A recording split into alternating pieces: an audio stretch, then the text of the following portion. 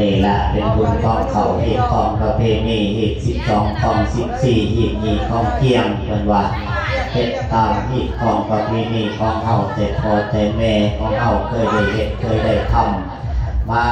แล้วเฮาก็เป็นผู้เฮ็ดเป็นผู้ทำเพื่อจะนำลูกนำหลานได้ถูกจักเพื่อนบุญส่วนกุศลเนาะอันนี้ก็คือเป็นบุญเป็นกุศลเป็นภาระอานิสงส์ให้แก่ลูกแก่หลานของเฮาเพื่อจะได้เข้าใจว่าเพิ่นเฮ็ดบุญของเขาเพื่อหยังเนาะอันนี้ละเพิ่นว่าเป็นบุญของเขา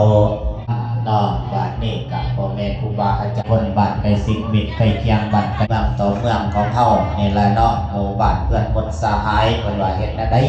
ก็อยู่แต่ความงามความดีของเฮาสร้างสรรค์พัฒนาอันนี้เอาไว้เขาเปลือกกินอยู่เนาะเลี้ยงจัวเลี้ยงเนื้อบางวัดก็ได้บางวัดก็บ่ได้หาจัวหาเน้นหายาคู่ก็คือกันหายากคนว่าได้ปีนี้ก็หน่อยสิบวชแท้หัวเด้อ